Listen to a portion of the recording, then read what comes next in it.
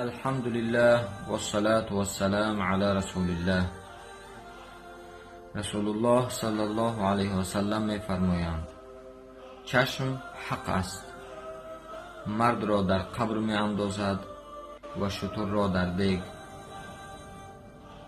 بسم الله الرحمن الرحیم. و من شر حاسد اذا حسد. پناه می برم به سوی الله تعالی از شر حسود خورنده هر وقت که حسود خورد.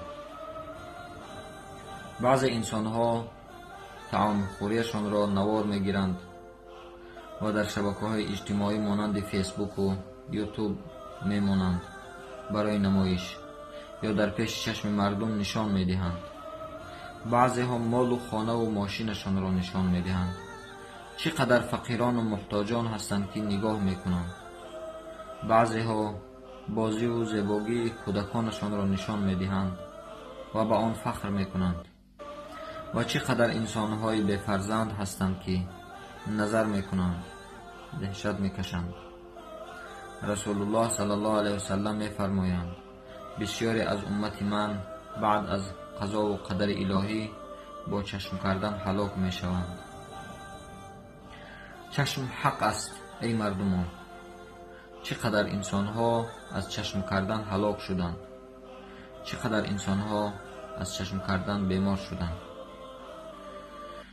ای مردم، خودتان فرزند و مال و ماشین و مالهای گرانبهایتان را صورت میگیرید، به مردم نشان میدهید، چشم میکنند. احتیاط شوید. ای مسلمانان، به الله قسم من از دلسوزی میگویم مالهایتان را، فرزندهای چون گل نورسته زیبایتان را عکس گرفته، نوار گرفته در هر کس و هر جا تعریف کرده نشان ندهید. قسم به الله انسان‌هایی هستند که از الله نمی‌ترسند و فرزند شما به مال و ماشین شما حسود می‌خورند و به خانه‌های قیمت شما حسود می‌خورند. خودتان ضرر می‌کنید. احتیاط شوید.